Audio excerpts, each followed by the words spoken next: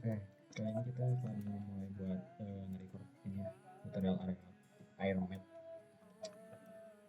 Di sini kita harus punya air mat dulu. Oke, ini air matnya. Terus sebenarnya sebelum apa ya, sebelum mulai buat masukin data, kita harus punya data meteorologi terlebih dahulu. Nah, buat cari data meteorologi itu sebenarnya ada beberapa cara ya. Jadi yang pertama tuh kita nyari datanya di era 5 di website Copernicus. Nah, di sini datanya lengkap ya.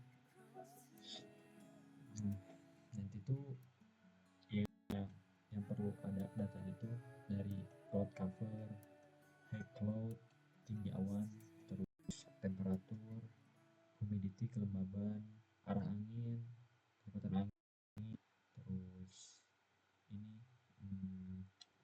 radiasi matahari, tekanan, habis itu ada presipitasi. Nah, itu data-data yang perlu kita cari. Nah, buat nyari data kalau ya di website Copernicus tuh ada dua poin. Jadi buat yang kita dapat data presipitasi dan lain-lain selain data humidity, itu tuh kita cari yang ini, hourly data on single level from 1940 to present. Nah, buat downloadnya tuh yang mana? Jadi ini checklist, terus ini di checklist, ini sama ini. Udah itu tuh, ini yang temperatur juga udah di checklist, jadi nggak usah ditambahin checklistnya. Nah, yang min rates tuh kita buat nyari ini radiasi matahari, jadi kita klik yang ini sama kita min total precipitation rate. Kemudian buat radiation heat ini nggak perlu ini kan clouds. Nah, clouds tuh kita centang ini sama ini, nggak usah. Terus buat legs nggak perlu, evaporation nggak perlu, precipitation dan total precipitation perlu. Terus udah, habis itu kita pilih tahun yang kita mau pakai. Nah, kalau bisa sesuaiin sama tahun terakhir data existing ya, jadi jangan data proyeksi gitu. Kalau aku menggunakan tahun 2023, terus pilih semua bulan, pilih semua hari, pilih semua waktu. Nah, buat ini tuh masukin data south east sama northwest. Jadi itu buat nyari data ini tuh kalian harus ke Google Earth, ke Google Earth buat tahu si posisi northwest sama southeastnya. Nih, contohnya buat di aku kayak gini. Cara gampangnya itu kalian ke view juga. Jadi biar kelihatan si derajatnya. Ini ke grid, aktifin gridnya. Terus kalian nanti buat kotak dulu, pakai line buat kotak dulu, buat kotak. Kalau bisa di dekat stasiunnya, posisi tengahnya tuh posisi stasiun BMKG-nya. Ini posisi stasiun BMKG-nya. Jadi kalian garisin pakai ini, pakai add garisin pakai kotak sesuai dengan garis yang ada grid-grid ini. Nah, nanti kalau udah, kalau kalian mau nyari nyari north atau utara, nih di sini north atau utara tuh ini sesuai garis, berarti kita ngambil di sini. Ini tuh antara 3,35 sama 3,37. Nah, khusus di bagian ini positif. Nah, tapi nanti pas kita masukin ke sini itu harus nilainya negatif 3,36. Terus buat westnya tuh yang mana? Westnya tuh yang ini, yang berarti di sini ada 114,67 yang ini, berarti yang di sini 67, 68, 69, 70, berarti di 69, 114, 69, buat west sama eastnya itu positif ya, jadi khusus north sama southnya dia yang dikasih negatif. Nah buat southnya itu selatannya itu yang ini nih 3,51, terus yang ini tuh 114,83. Nah itu tuh yang ini ya. Oke, itu buat dapat data yang ini. Kalau udah, kalian pilih yang ini, netcdf 4 eksperimental, terus pakai aja yang unarshift, jangan zip kelamaan, terus submit aja. Nah nanti di sini kalian nunggu, ya lumayan nunggu kalau di sini ya errornya. Cuman alternatif satu lagi ke NASA, cuman datanya nanti perlu dirapihin sendiri gitu di Excel. Kalau ini tinggal masukin aja itu. Nah kalau buat nyari humidity, nah buat humidity itu ada di sini di arrow overlay data.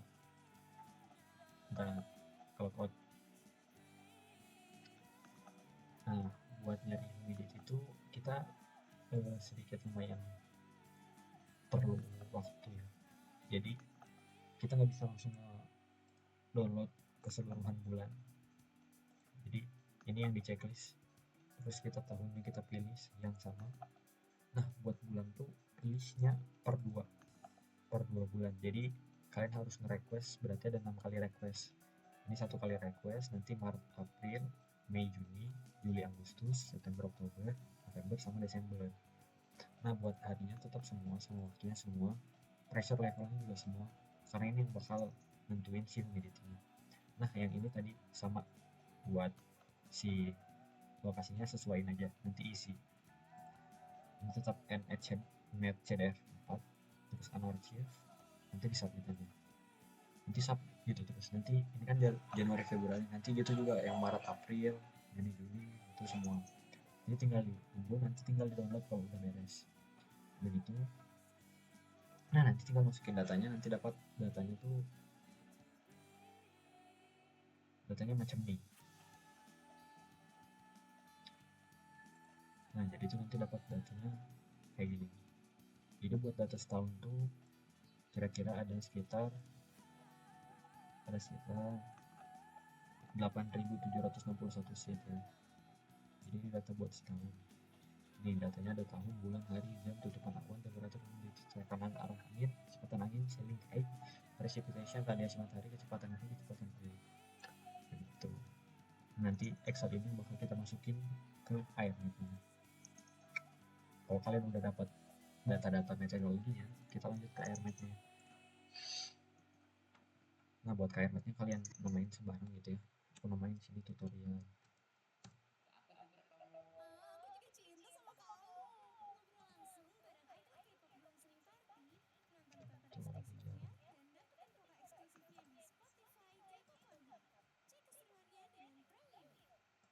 Sini tutorial AirNet.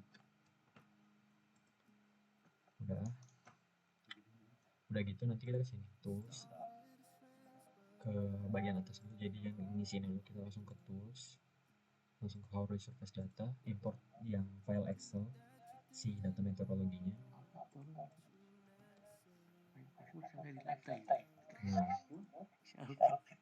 Nah ini kita perlu dulu ya buat si Excelnya buat nge-import filenya. Nah nanti udah gitu ini udah ada semua kan si datanya masuk semua. Jadi buat Excel volume name ini kita sesuaiin sama yang ada di sini. Jadi tahun makanya A, bulan B, yang hari C, itu seterusnya. A, B, salah, B, C, D, E, F, H, G, J, T. G nya nggak ada kan, jadi nggak usah dimasukin, sesuaiin aja. Terus K, L, M, O, P, O, P. Nah ini jangan lupa diubah nih, mau precipitation jadi milimeter. Udah. Nah terus ini diisi missing indicator ini, Excel filenya 999 4 kali, terus copy biar nggak ribet.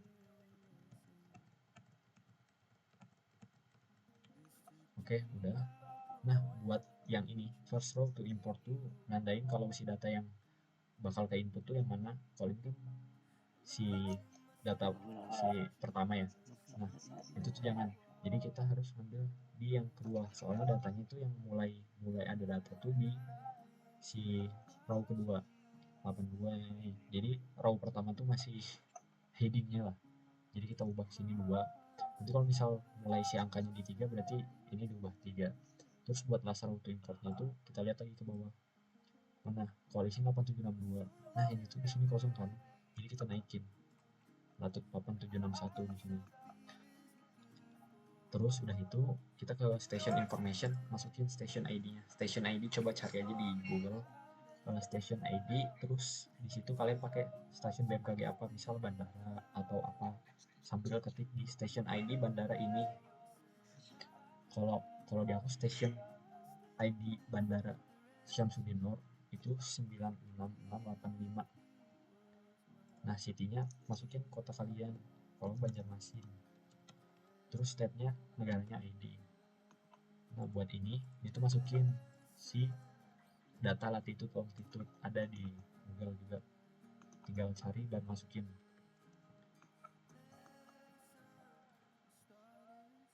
Nah, buat si UTC-nya ini sesuaiin. Jadi kalian cari di Google tuh UTC atau GMT wilayah kalian itu termasuk di UTC berapa.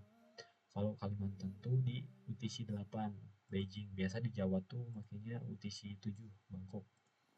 Terus station elevation atau MS-nya tuh itu cari di search. Jadi misal kalian pakai Bandara Soekarno Hatta, cari station elevation atau MSL dari Bandara Soekarno Hatta tuh berapa. Nah, kalau aku tuh makanya 20 meter, soalnya station elevasi MSL-nya di Bandara Syamsuddin Nur itu 20. Kalau udah semua diisi, nggak ada yang terlewat, terus kita import.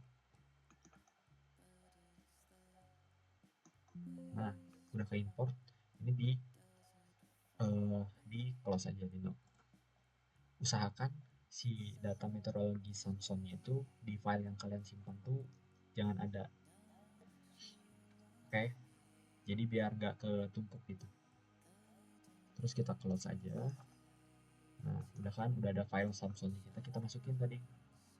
File Samson yang udah masuk tadi. Aku taruh di sini. Ya, ingat di tempat kalian naruh tadi. Udah, ini udah dimasukin. Nah, ini jangan lupa nih. Kadang masih banyak yang kelewat. Oh, ini next, terus ini next lagi. Nah, yang ini tuh yang dipilih itu precipitation, airhum, TMPD, WDIR, WSPD. Dipindahin ke kiri semua. Udah. Nah, habis itu tuh kita next. Ini tuh kita checklist ya. Terus yang ini kita tambahin si missing indikatornya.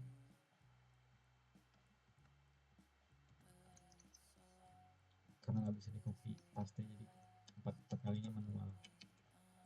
Nah, udah. Terus next aja. Ini next aja. Di sini kita upper air estimatornya aktifkan, terus samain sama UTC yang tadi kalian udah pilih di awal buat setting si Excel-nya. Terus anemometer height-nya kita pakai 10 meter ya. Ini maksudnya standarnya lah, tinggi sih anemometernya segitu. Udah. Nah, kalau udah sampai sini kita ke tools lagi, terus ke land use creator, survey station. Nah, di sini kita ubah dulu semua projectionnya. Jadi di sini tuh kita ubah ke UTM, terus BGS-nya berapa, terus di sini pilih. Nah, ini kalian cari dulu si kota kalian itu masuk ke berapa S gitu, UTM zone berapa. Nah, kalau Banjarmasin atau Kalimantan Selatan, Kalimantan Timur itu makanya 50 S, 50 south artinya. Ya, oke. Terus buat site domainnya sini kita maksimumin. Terus di sini bisa kita import dulu si tile maps-nya. Ini tinggal apply aja. Jadi biar muncul si petanya. Udah muncul. Nah, kalau udah muncul itu kita ke WebGIS ini. terus pilih yang load DLCC global 1 km auto detection. Udah di sini nanti muncul kayak gini. Nah kalau udah kayak gini kita save aja, bebas namain apa, area area apa gitu, bebas lah. Udah, terus save, terus di close, terus ke air surface. Di air surface pilihnya yang ini paling atas, tetap nggak berubah. Ini pilih yang tadi kita simpan, yang habis kita buat tadi. Ini ada tutor nih. Udah banyak, nggak usah ada yang diubah, terus ke proses. Nah ini kalau udah sukses, terus kita close aja. Kalau udah kita next dan kita run. Oke, ini tandanya berhasil runningnya ya. Terus kita non aja. Terus di sini buat kita dapat si data SFC-nya, kita save di sini. Save ke kemana aja lah. Nih, save di sini. Replace. Udah, ini buat air map. Jadi nanti kita habis ini lanjut ke air mode.